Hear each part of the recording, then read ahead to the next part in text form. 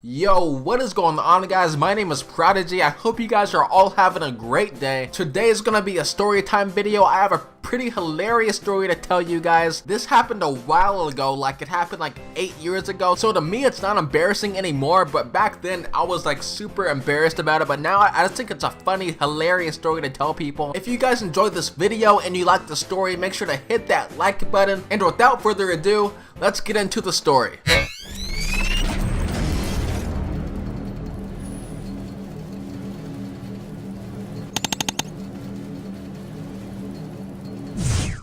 Okay guys, so our story starts off back in middle school 8 years ago when I was 11 or so, somewhere around that range, and all that I remember is that it was the most awkward time in the whole entire world.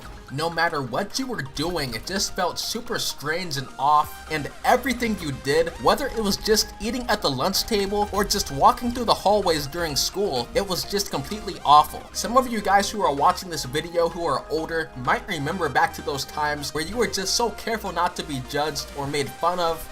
And looking back, it was just a terrible time to be in. But now moving on to the story at hand, like I said, I was in middle school and we were all at a birthday party at a person's house. I won't say any names. We were all in the same class, around 11 or 12 years old. We were still pretty old, I guess, but definitely not old enough for what you're about to hear. Trust me. So we were all just hanging out, just having a good time, just at a basic house party in the backyard. There was a volleyball net set up in the back, a bunch of water balloons, footballs, food and drinks, the whole 9 yards. And keep in mind, back then, whenever there was a party with both guys and girls, we would always go to great lengths to avoid each other, and there was always that one deuce of a guy who would always try to impress all of the girls at the party and not talk to any of his friends. You guys all know that one guy who I'm talking about. So all the girls were on one side of the party and all the guys were on the other side, and from time to time we would try to make awkward small talk between one another. And at this particular party, I don't know if I was just that crazy for soda to drink, or at the time I was just super thirsty. Haha, not the kind of thirsty you're thinking. Anyways, and at this point in time, I've had about 12 or 13 cans of Mountain Dew. And you already know that my bladder's just revved up and ready to go to town. And all of a sudden, everything starts to go downhill. I start to hear a little whisper in my ear. It was my stomach saying, "Hey there, buddy, why don't you pee?"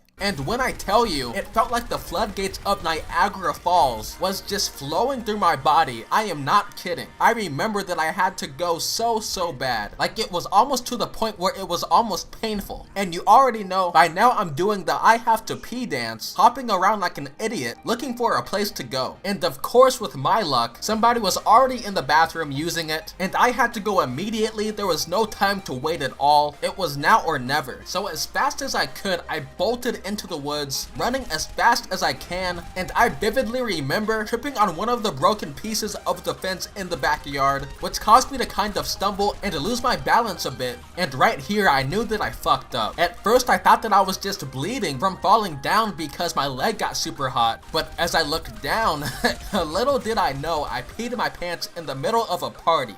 So at this point, I was still in shock of what just happened, but again at the same time, I still had to think of a plan fast, or else I'd just be a complete laughingstock for the whole party.